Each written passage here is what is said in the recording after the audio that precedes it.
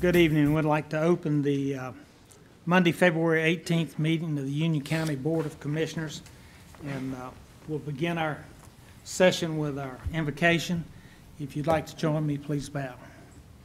Dear Heavenly Father, you're indeed the giver of all gifts, and we come to welcome this evening to seek your wisdom and guidance and courage. Give us the insight to lead with integrity, that our decisions may reflect what is right and good in your sight.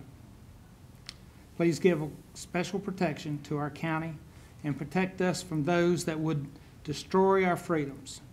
Also protect our military, our police, and firemen, and all that risk their lives ensuring our safety.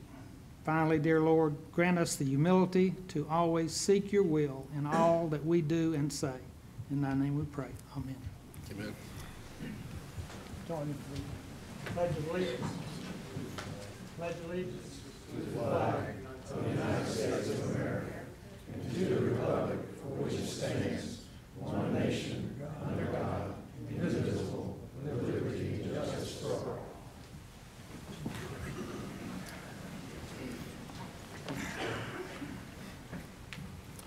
We begin tonight with some employee recognition, and we recognize the years of service that our employees have dedicated to Union County and service to our citizens.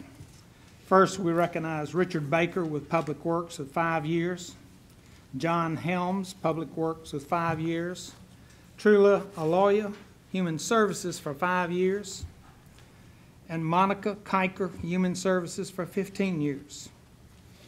With 20 years, Allison Simmons with Human Services, and Ronald Plowler with the Sheriff's Department with 25 years.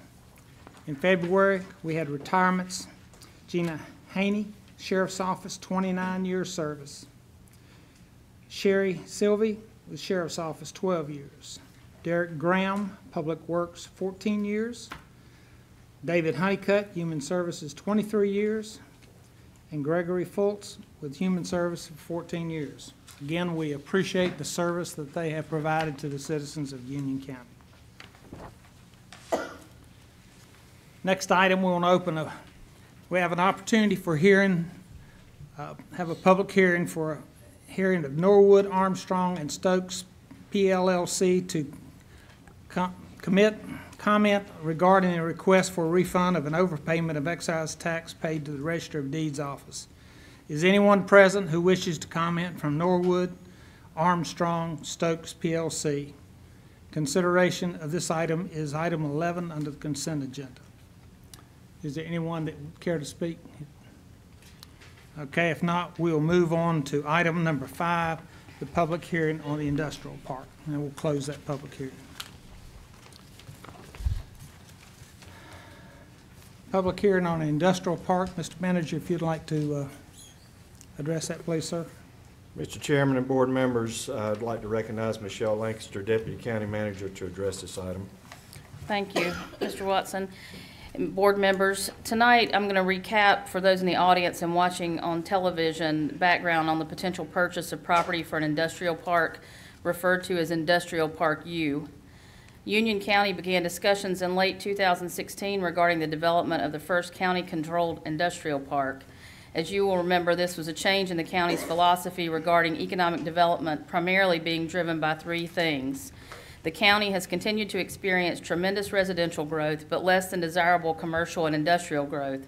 This was further illustrated by a Wingate University study on the tax base imbalance and the long-term costs associated with this imbalance. The private development community had become dormant in investing and building product, such as industrial parks or available buildings for lease or sale. And lastly, the years of recovery from the recession of 2008-2009 had consumed all available marketable buildings and most of the available industrially zoned land. After board presentations in the summer of 2017, the board provided staff with direction and the board's preferred site for the first Union County Industrial Park development. Staff began negotiating on co-developing the site with the landowners group utilizing a developer's agreement, and in late 2018 it became evident that this approach was not going to be successful. The county continued to believe that this particular site was the best option for a county-owned industrial park and began discussions with the landowners group to acquire the site through purchase. In January, staff was able to negotiate an agreement with the ownership group to acquire approximately 331.439 acres from Goldmine Generations LLC for approximately $16,690,771 and approximately 24 acres from RR74 LLC for approximately $1,271,694.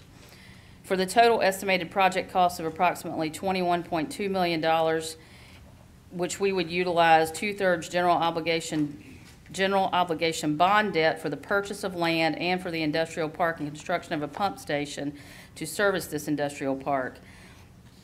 To remind the board also, the maximum annual debt service for this amount is approximately $1.85 million at its highest payback.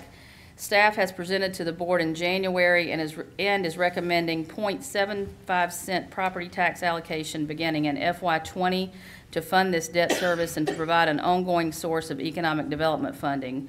Once the authorization is approved this evening and the purchase is complete, the debt issuance would be necessary to fund the purchase, and the associated debt service would be an ongoing obligation of the county. We are working on this project to achieve a fairly quick closing period, and as such, the actions that you will be asked to take following this public hearing later in your agenda would include interfund borrowings that finance staff has prepared, all of the associated budget amendment and paperwork that would go along with that. And this funding would be reimbursed by the planned July 2019 issuance of the debt. I'm happy to answer any questions, and Chris Platay is here to answer any economic development questions. Are there any questions concerning the public hearing?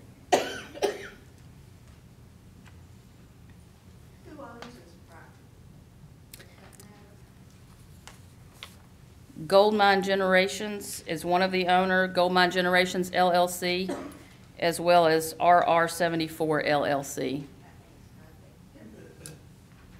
I don't have the list of ownership. I don't have the list either of ownership. That's their identified corporations that own it. Okay. Any other questions? Then I'll close the public hearing. Next we have, we did have someone to speak on the public hearing. Judy Frick. Actually, I want to speak about the library. Well, you can speak, we'll allow you to speak during public comments, okay, and that'll be next. That's fine. Okay, therefore we will close the public hearing. Next is informal comments. Each speaker must address the board from the lectern and begin their remarks by giving their name, stating whether they are residents of Union County, indicating the municipality within which they reside, if any, and stating the topic for which they intend to speak. Each speaker will have 3 minutes to make their remarks. The speaker may not yield any of his or her time to another speaker. Speakers may not discuss matters which are subject to public hearings, and they must be courteous in their language and presentation. And we have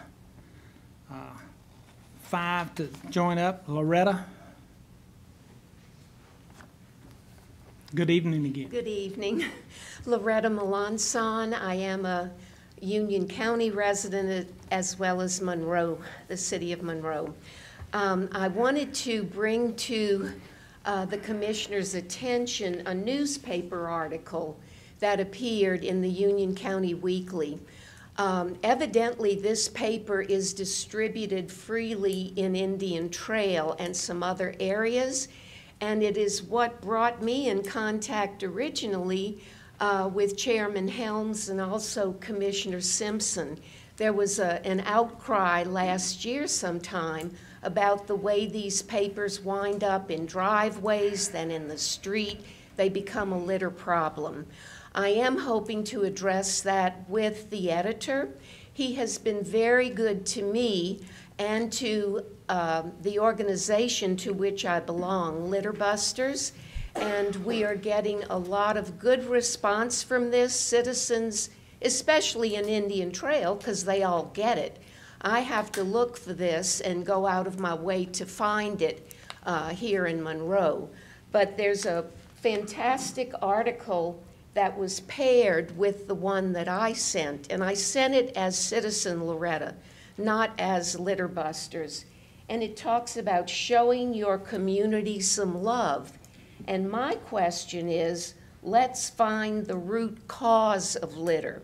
So I want to remain in conversation with the commissioners about how we might do this, perhaps a task force brought together for the specific purpose of finding out how we can get to the point where we restore community pride.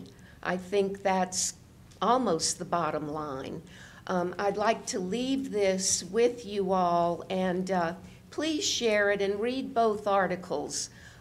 There's a lot contained in there, and it's a message that I would like all of you to hear.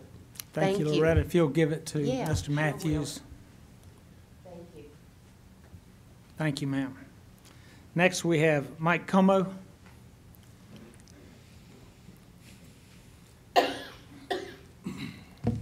Good evening, Commissioners. My name is Mike Como. I'm a Union County resident, also on the Town Council for the Village of Wesley Chapel. I live at 1104 Highbrook Drive. Like you, I'm an elected official, and I'm here to speak tonight specifically about the 184 units at the corner of Wesley Chapel Road and Antioch Church. I spoke last few weeks ago about this topic. I wanted to reiterate before you talk on it tonight. As elected officials, we're here to represent the people that elected us. And Indian Trail spoke, said they don't want this. Wesley Chapel spoke, said we don't want this. Weddington spoke, said that we don't want this. Residents spoke, said they don't want this. So if your own planning and zoning department said that they don't recommend this, are we, because we're elected, now smarter than everybody around us? That's all I have to say. Thank you, Mike. Courtney Neiman.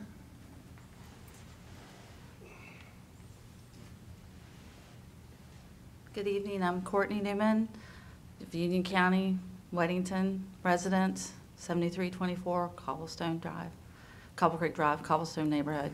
Hopefully you guys have reviewed your emails, and hopefully, I know most of you guys don't hang on social media, but hopefully you guys read the emails that you guys got from several of our neighbors and people in our neighborhood and around in other subdivisions that are opposed to this project of Twin Lakes.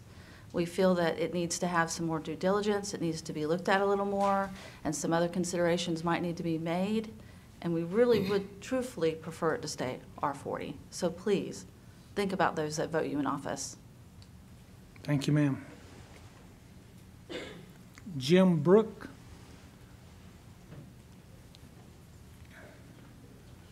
Where's that other lady's name?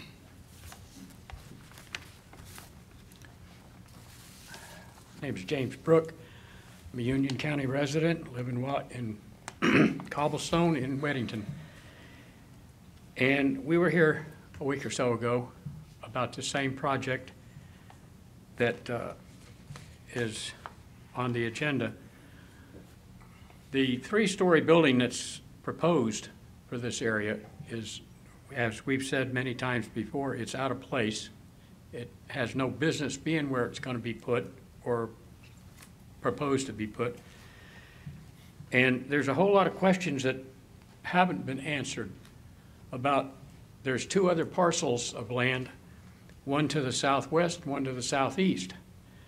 If this zoning is passed for this project, it's going to go right across the street. And then the next thing we'll know, we'll have another empty strip mall, which has happened just about everywhere in Union County, Mecklenburg County.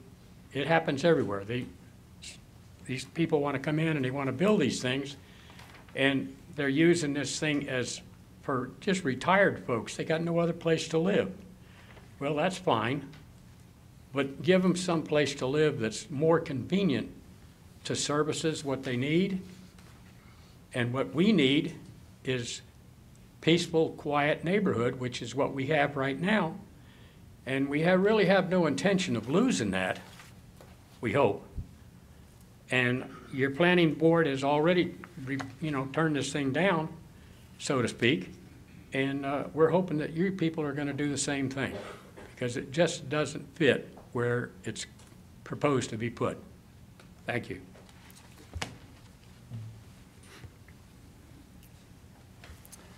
Okay. Normally, public hearing comments are not permitted. Is there anyone that wants to speak? We've heard against. Is anyone that wanted to speak for it? Okay, we'll move on to Judy Frick. Now the library board will be pulled tonight. We will not discuss the library board, but you're welcome to make your comments. Judy Frick, Union County. Yes. I know you all have dealt with this Southwest Regional Library Project for a lot of years. I've been a member of the Friends Board, and I'm assuming it's at least 10 years. If anybody wants to correct that, I wish you would. What I am suggesting is that we take a little longer. I understand that several sites have been reviewed and that there may be a couple that have been considered as final suggestions. As of today, I spoke with a realtor who identified at least 4 properties of 10 acres or more. 2 of them may even possibly be donated. Of course, none of that is definite. It's a maybe. And I feel that there are a good many of people in Union County, in this area that is booming, who have property that may be donated. I understand that one property near Kensington is already owned by the county. And I understand that it's hard to look at other properties that might cost millions, considering what some of these industrial parks are going for. It's hard to turn down an already owned piece of property. My thought is that this has been a long-term project, and we want it to be long-term in its benefit to the future patrons of the libraries of Union County. They are to be proud of. They all have the equipment, the technology, the staff, the best possible plans that you could have. They are located in what I would call designated areas. They are not necessarily near shopping malls or a high school. They actually are considered a destination as opposed to maybe dropping by on your way to the grocery store or to drop off your kids while you go to the grocery store. A long-time learner myself, and I would hope that others would have the same opportunity at the best location for the communities of Weddington, Wesley Chapel, and Waxhaw. Thank you. Thank you, ma'am. And that's all we have signed up to speak for public hearing. For informal comments. Next, we have additions, deletions, and/or adoptions of the agenda. And I'd like to make a motion that we pull item number 18, which is Southwest Regional Library update for a future date, and also pull item 19, which is being withdrawn. Any discussion? Can I have a motion to? Motion to approve as amended. All right. Any further discussion? All in favor? Aye. Okay. Next, we have the consent agenda. Have a motion to approve the consent agenda. Motion to approve consent. Okay. Any discussion? All in favor? Aye. All right. I'm not sure what you're doing. Ma'am? Is this concerning the library? No, we pulled the item for a later meeting. We're gaining additional information just like you discussed. Okay. Next, we have item number 16 under old business, CZ 218-003, Weddington Road Wedding Venue. And Mr. Jensen, if you can help us with this, please, sir.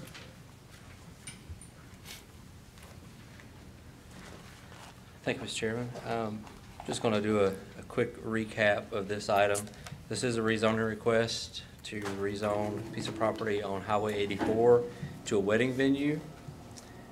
The applicant did hold the community meeting. The planning board did consider the item, and the planning board made a recommendation to approve the item with the included conditions in the application, and with the extra condition that the 5,000 square foot building as shown on the plans be constructed as a permanent building and not as a tent.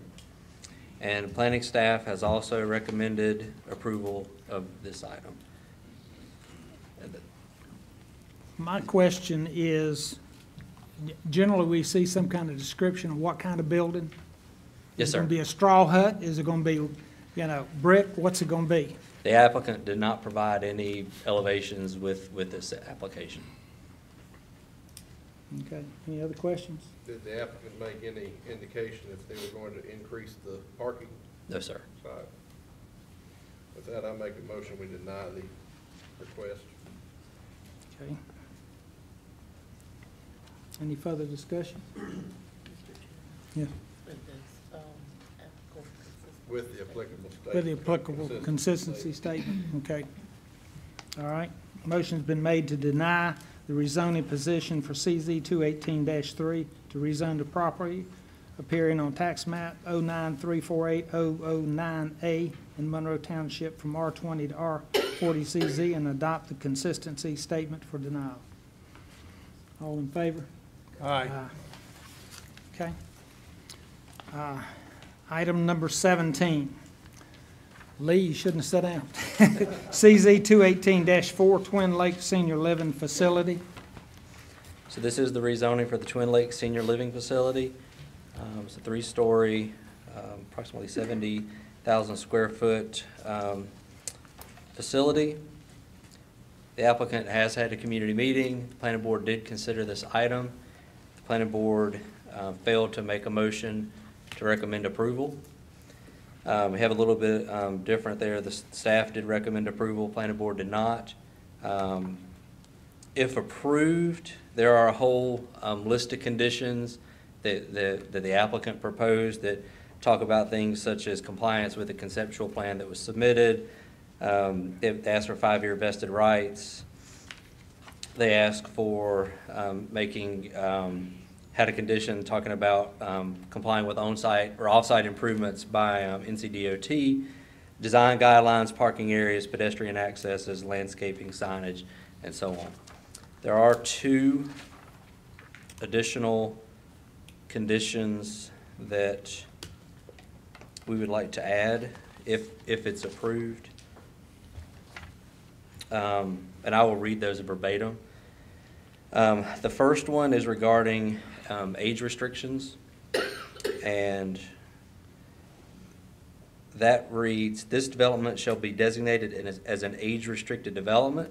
The applicant agrees to restrict the occupancy of housing units on the property by restrictive covenant or deed to conformance to the definition of housing for older persons as defined by the Federal Housing Administration and the North Carolina Fair Housing Act. Such restrictions shall be recorded prior to the issuance of any building permits for the development. A future modification of the recorded restriction shall not be allowed and would be considered a violation of this condition.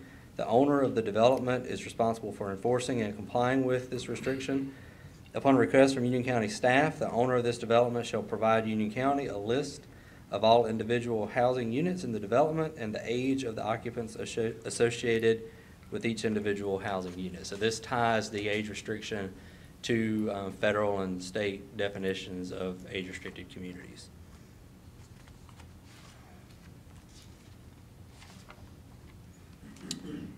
And the other item concerns alternative parking plans. This says the applicant may submit an alternative parking plan under section 45.050C of the Union County Development Ordinance in order to reduce the amount of required on-street parking.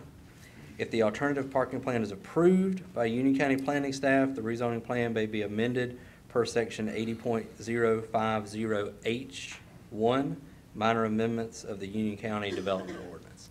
So those are two additional conditions that would be requested to be added to that application. Okay, can I ask a question? Yes, sir. What is the building material? Brick, hardy board? What type of material is going to be used? So it says in their submitted conditions, the principal building constructed on the site may use a variety of building materials. The building materials used for the building may be a combination of the following: glass, brick, stone, simulated stone, precast stone, architectural precast concrete, synthetic stone, stucco, EIFS, cementitious siding, such as hardy plank or wood. Vinyl as a building material will only be allowed on windows, soffits, and trim features. All right, thank you. Any other questions? Thank you, Lee. I put a lot of thought in this, and I've done a lot of research. I had to go to a funeral today for my sister-in-law, and I ran into my mother's husband, which happens to live in a like facility. I know that my mother lived 6 years in a like facility to this. She probably lived 4 years longer than she would have if she hadn't gone in there. So I have experienced the benefit of a facility that takes care of our seniors, provides a dignified place for them to live out their life, and it was very beneficial. So I support it.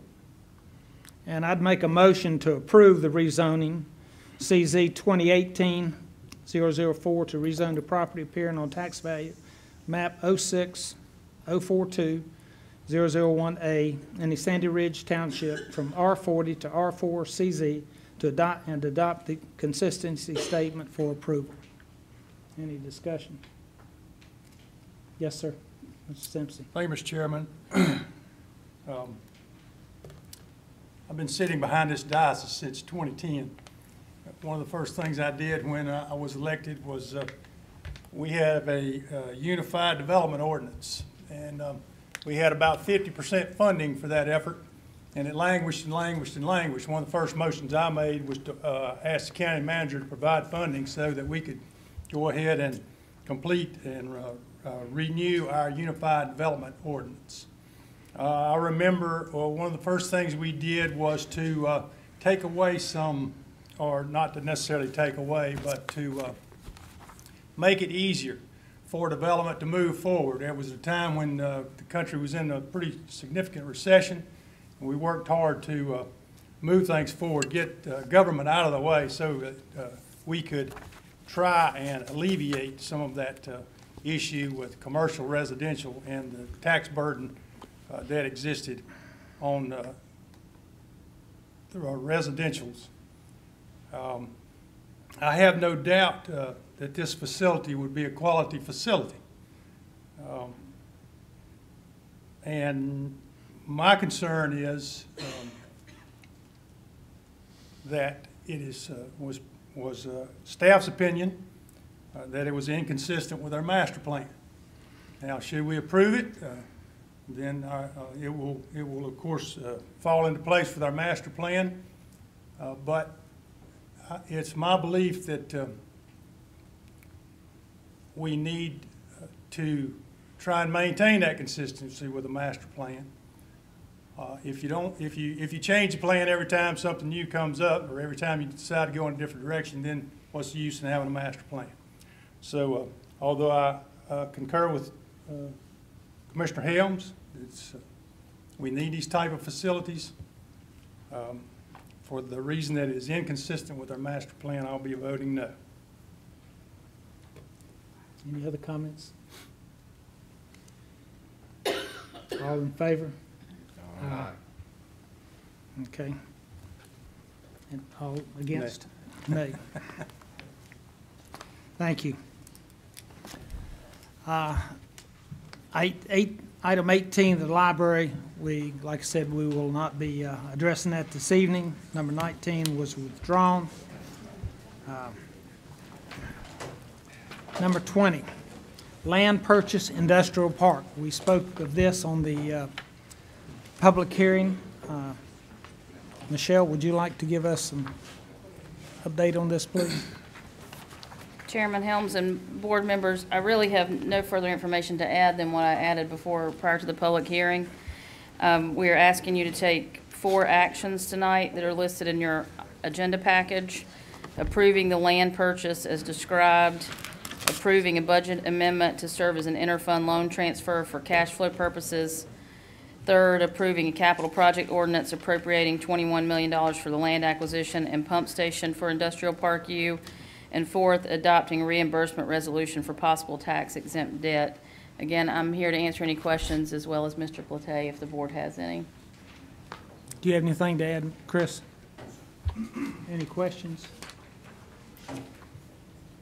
Make a motion, we approve the attached land purchase for economic development purposes under NCGS 158-71-331. Excuse me. Is it right? Point.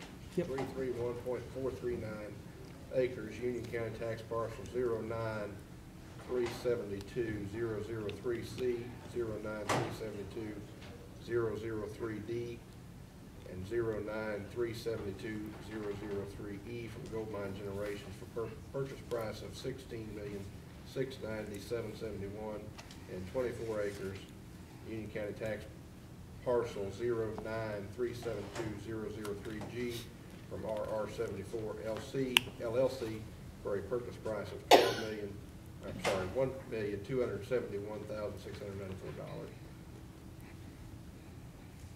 Do we have to vote on each individual one? Do you need the motion on each All of them one? together? I'll also make the motion, we approve budget amendment number 22 to serve as an interfund loan for cash flow purposes. Make a motion to approve capital project ordinance appropriating $21 million for land acquisition and pump station for Industrial Park U, and make a motion to adopt reimbursement resolution for possible tax exempt debt. Thank you, Frank. I'd have never got that. Any discussion? All in favor? Aye. Okay, thank you. Next, we have item 21. Countywide ortho-oblique aerial photography project, and I think, Brian, you're going to help us on that? I am, yes, sir. So what you have here tonight, Mr. Chairman and Commissioners, is a request from staff to do some aerial photography for the county. Every so often, the county does have aerial photography done for us to be able to use in planning efforts, for our tax office, also in Public Works uses this information. And the last time we received any information or any new aerial photography was actually in 2015. And what you have here in front of you is an example of the current, most recent one that was done. This is called ortho photography. It's straight up and down. Essentially what you can see are the building footprints. You've got some information on here that parcels can be overlaid on, but it just gives you a sense in time of what existed in the county at that particular date in time when it was flown. Again, we use this information in planning. We use it a lot in tax office as well as in Public Works when we're doing projects that are coming on. We have an opportunity to gain some additional type of aerial photography, update what we currently have, as well as provide some better resolution and some more functional type of photography. This is what is called oblique photography. So you can see it's at an angle. You actually can, and I'll zoom in a little bit. Better resolution because you actually can zoom in closer, you can see. You can actually see 360 degrees around the building, so you can see any means of ingress or egress. You can see what may be behind the building as opposed to what's on the side of the building, and that is certainly functional. But you can also do a significant number of types of measurements on the building. You can measure height. You can measure slope. You can measure area. And there are other functions that we have yet to discover that this actual program allows us to do. This is requested to be a multi-phase, multi-year project. So I want the board to understand what we're asking for. First is the attempt to actually fly the county, provide this ortho photography and oblique photography. You're going to get both. You'll get the straight up and down images. You'll get the oblique images. That will be part of the first flight. We will get some additional information a little bit later in the year. It's called planimetric data. What that is they will actually map out the building footprints. They'll also give us the edge of pavement information, street center line information, so we'll have that. The last time that was done was in 2007, so that's about 12 years old. We'll get that information. And then there will be 2 additional flights that would be done at some point in the future. Likely the second flight would be sometime at the end of 2020, and then another flight subsequent to that. The attempt here is to gain information that has sort of historical reference for us to go back, see the changes that are occurring in the county, for us to have a better idea of any new buildings that are going up and information that exists because of that. This type of project, again, would be split under multiple divisions, multiple departments. Tax would pay a portion of this. Public Works would pay a portion of this. Building Code would pay a portion, and so would our GIS fund would help pay a portion of this. So the request tonight is for the board to consider allowing us to have this photography so that the county could certainly prepare for some of our upcoming planning and development opportunities that we have. I'll be happy to answer any questions you might have, but I just wanted to give you an example of what this is. This is Mecklenburg County's data. That's the reason why I have it. When they fly, they just go a little bit over the border, so we were able to actually get Mecklenburg County to allow us to have access to their system. So that's why I can show you this, but we don't have it for the rest of the county. It's just for this edge here. So I'll be happy to answer any questions you might have. Any questions?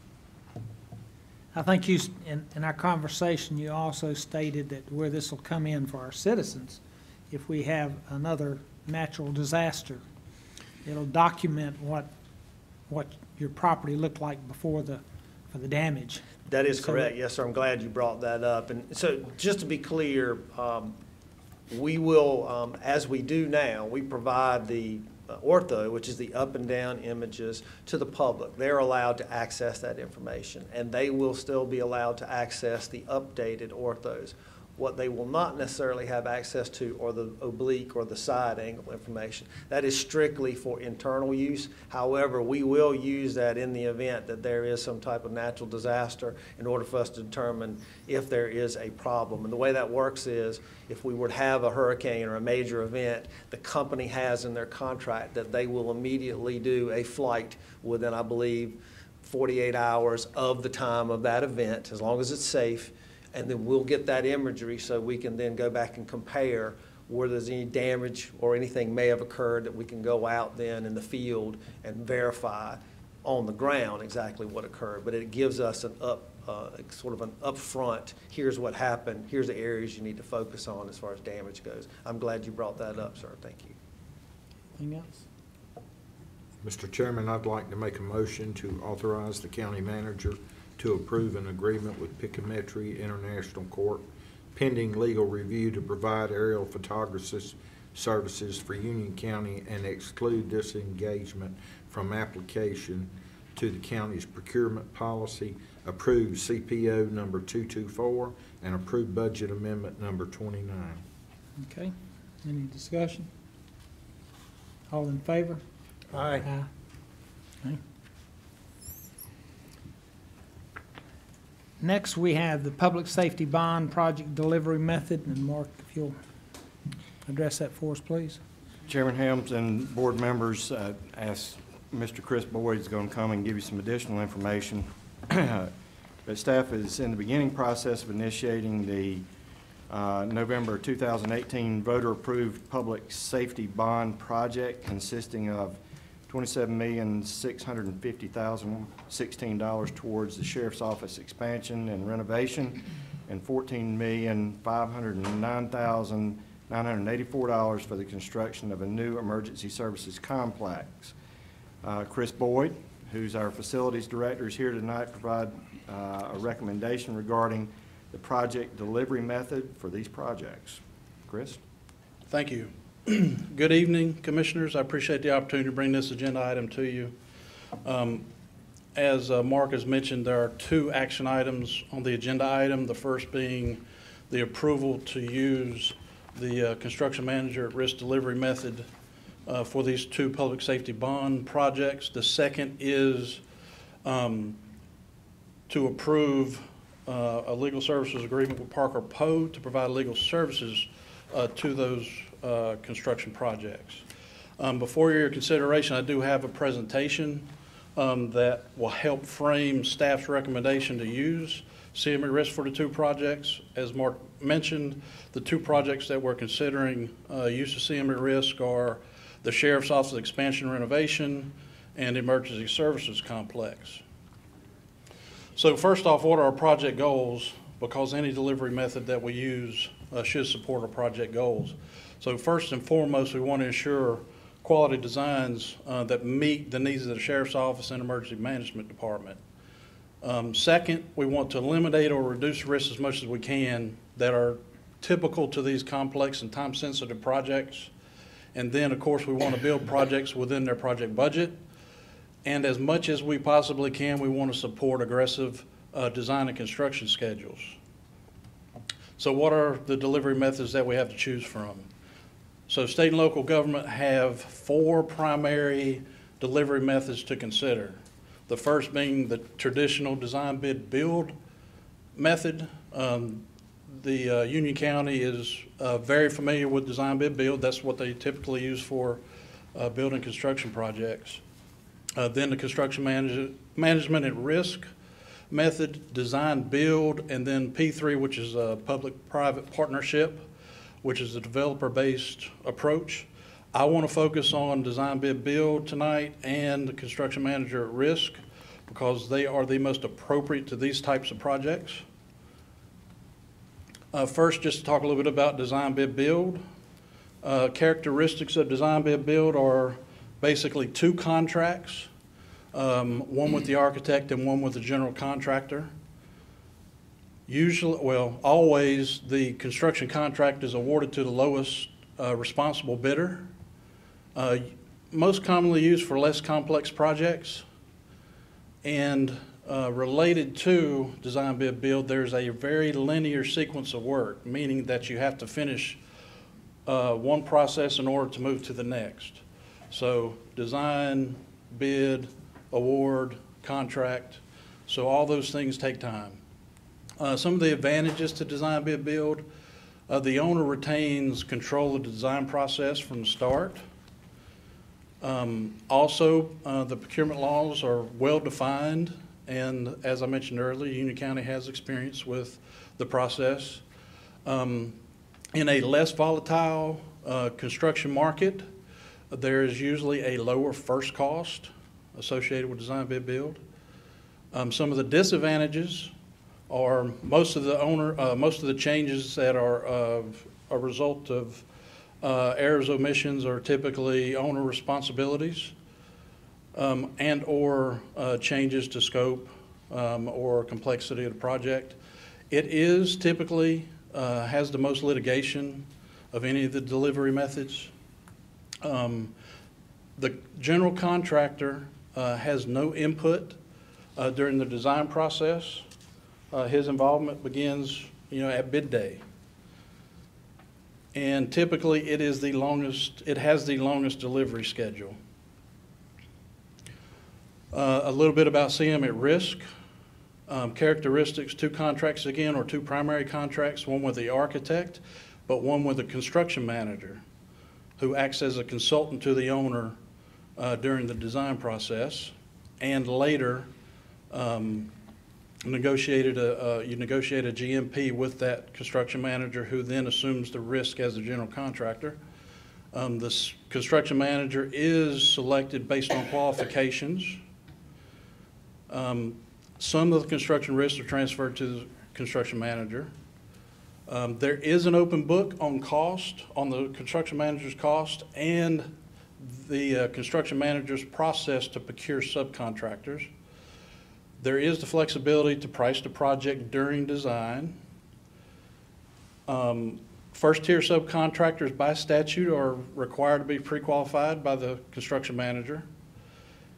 And there are options for some early construction packages, which could be site work or some foundation work, typically at about 60% construction documents. Some of the advantages, because we would select a CM based on qualifications, then the contractor would be selected based on experience with similar projects, which is important. The contractor would be, or construction manager would be involved early in the design phase by providing constructability and costing advice. There remains the flexibility to price the project during the design phase. It allows for more aggressive schedules because of those early site and foundation packages potentially. Some of the disadvantages, the owner still is responsible for changes similar to design bid build. The first cost could be higher based on the CM assuming some of the risk. There are potential conflicts over the use of contingency and general condition funds, and the complexity of the process doesn't lend itself to a large experience pool here in Union County. So considering all those disadvantages and advantages, staff recommends that we use CM at risk to deliver these projects. I think it's important to tie back what the advantages are to our project goals. And so how are we going to improve the quality of design? Well, our CM selected will have prior experience building these particular and specific types of projects. They will also be a part of the design process, which allows constructability advice, which eliminates some of the risk of errors and omissions. All right, how do we reduce some of the risks? Well, we control our CM selection, so the quality of the CMs will be higher than the typical hard bid projects. We will also pre-qualify first-tier subcontractors, or the CM will pre-qualify first-tier subcontractors, which will, again, ensure some quality on the subcontractor level. There'll be no bid day busts. We'll negotiate a guaranteed maximum price at conclusion of the construction documents. The use of outside counsel will also help reduce some risks with schedule. Talked earlier about the linear approach to the traditional method. We'll eliminate some of that linear approach. How will it support building the project within budget? So the construction manager will provide pricing advice during each design phase, and this is real-time, real market pricing by a general contractor. Well, also, historically, the data suggests that changes due to errors and omissions are reduced when you use a CM. The county may also see some savings associated with unused contingency and general condition funds. And lastly, on schedule, there is the optional early construction packages that the county could engage in prior to 100% construction documents.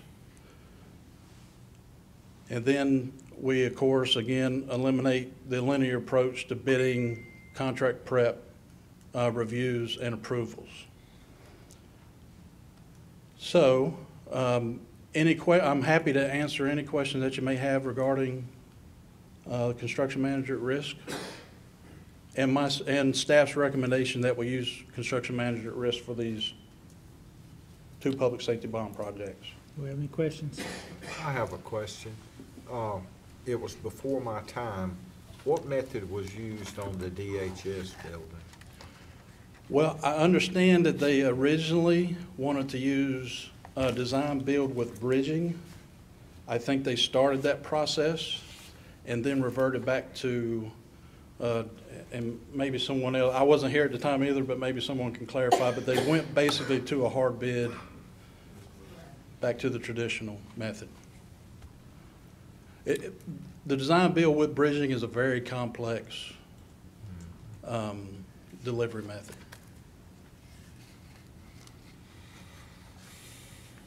So the DHS was a design build type? It started as a design build with bridging. The bridging piece is basically hiring a designer to come in, and your own designer to come in and design the project, and then later engaging the developer.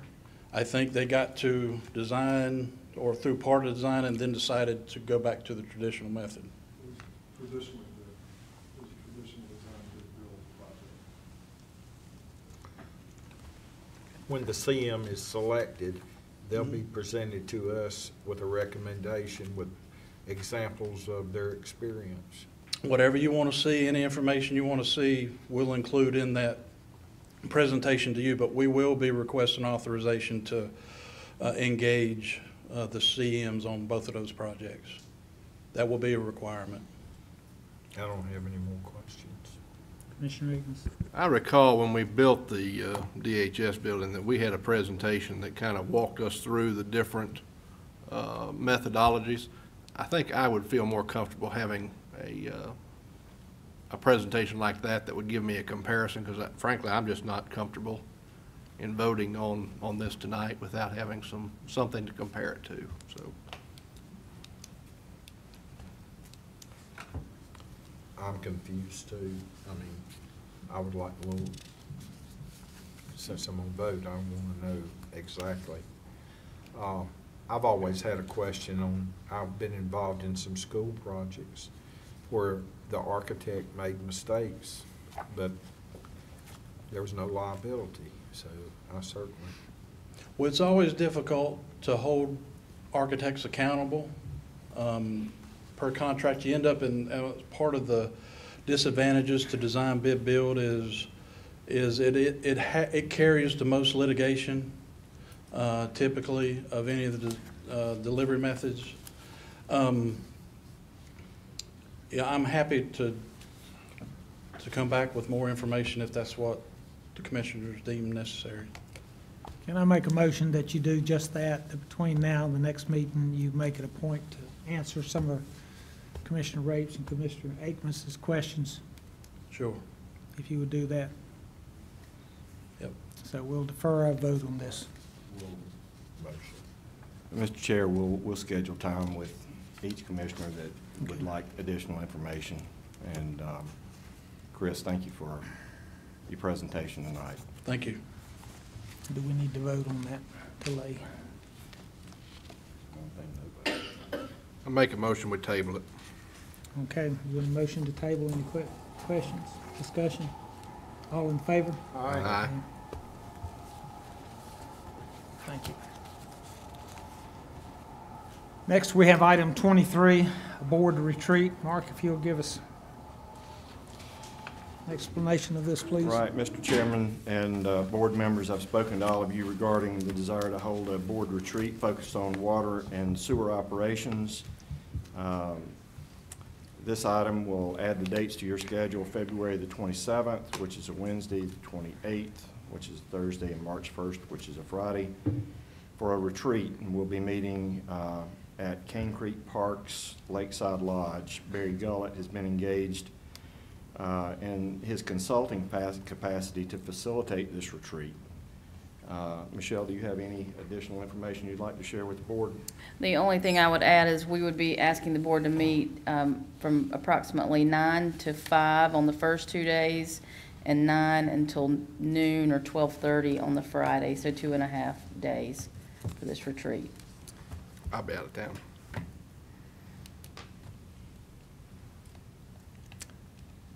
can I ask that we also discuss some of the planning's impact on our water and sewer and GIS?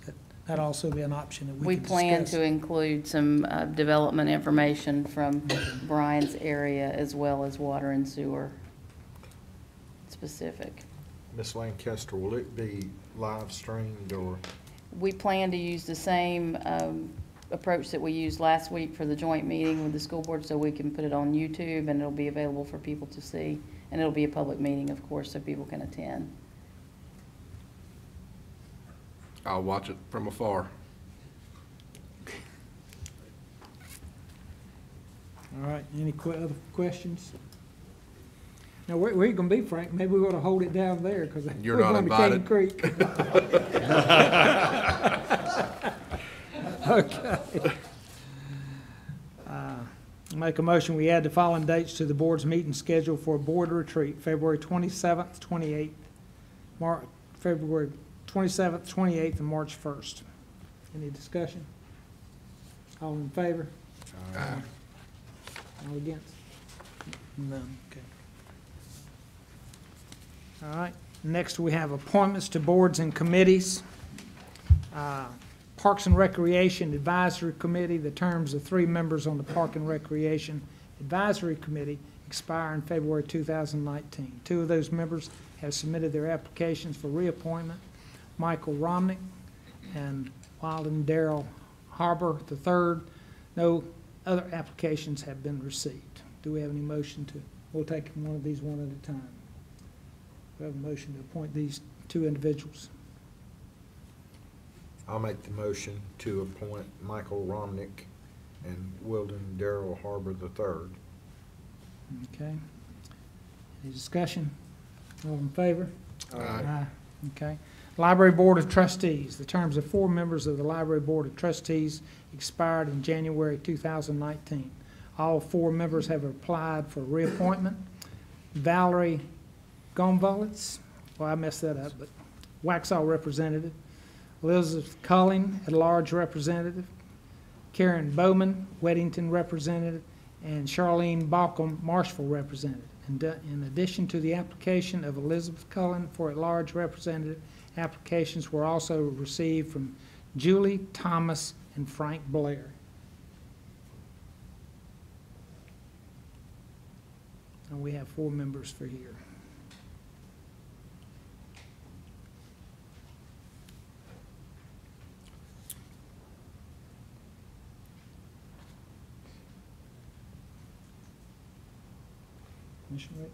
Mr. Chairman, now we have we have individual representatives that we need to consider. Yes. And then an at-large.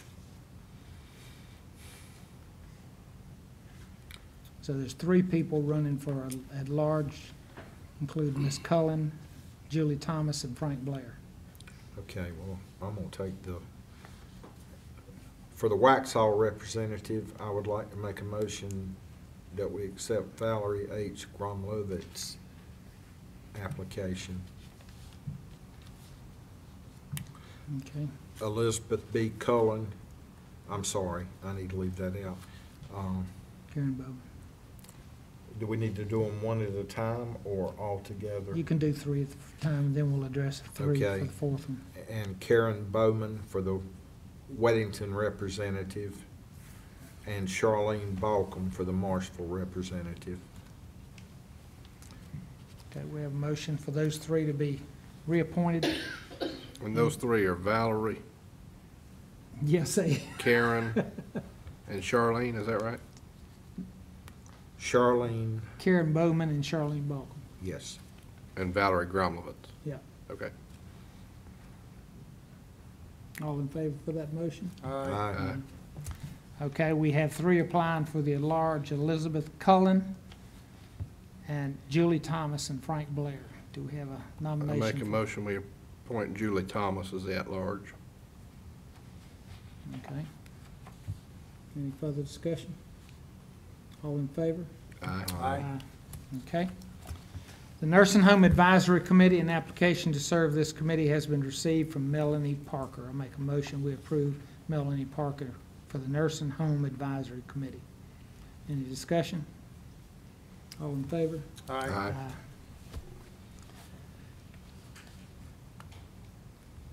You want to take this next one? Just kidding. Laurie Abounder, Regional Ombudsman for Central Atlanta Area Agency on Aging, has notified the clerk's office that Ms. Parker has completed her required orientation and is eligible for appointment by the Board of Commissioners.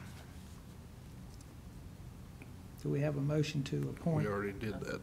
We already did Ms. Parker? Mm-hmm. Was she up Right here? above it, right above it. Okay, well, all right. The Adult Care Home Community Advisory Board, application serving this board have been received from Edwin Angelone and Joe Smith. We have 2 open positions in that. Okay, Motion to approve both Edward and Joe. okay. All in favor? Aye.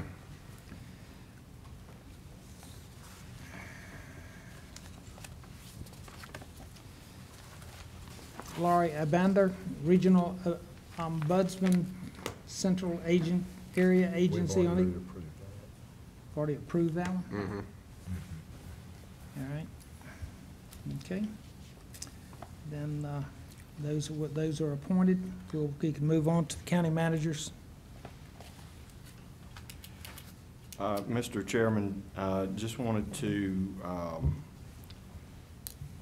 reiterate that the retreat is February 27th, 28th, and March 1st. The budget workshop that was scheduled for Monday, February the 25th, has been canceled. That's up at the front end of that week. And that is to give us, since we'll be meeting on the 27th, 28th, and 1st at the end of the week, we didn't see the need to hold that budget workshop at the first of the week on Monday from 3 to 5. We will continue with the budget workshop schedule, though as otherwise published. Thank you. Okay. Commissioner Rake, I have no comments. Commissioner Simpson. Thank you, Mr. Chairman. Just a couple of comments. We had a number of items, and we've had a number of items over the last several meetings, and particularly tonight, with regard to future development. And Union County, fortunately, compared to some other areas of the country, is growing. I wouldn't say it's rapidly growing like it used to, but it's certainly growing. And I appreciate the efforts of the staff. These decisions are sometimes difficult because both sides have a good point with regard to approval or disapproval. The one I'd like to surely mention is, and I spent a lot of time thinking about this, is the industrial park. And as a commissioner, sometimes we are tasked with being good stewards of the citizens' money.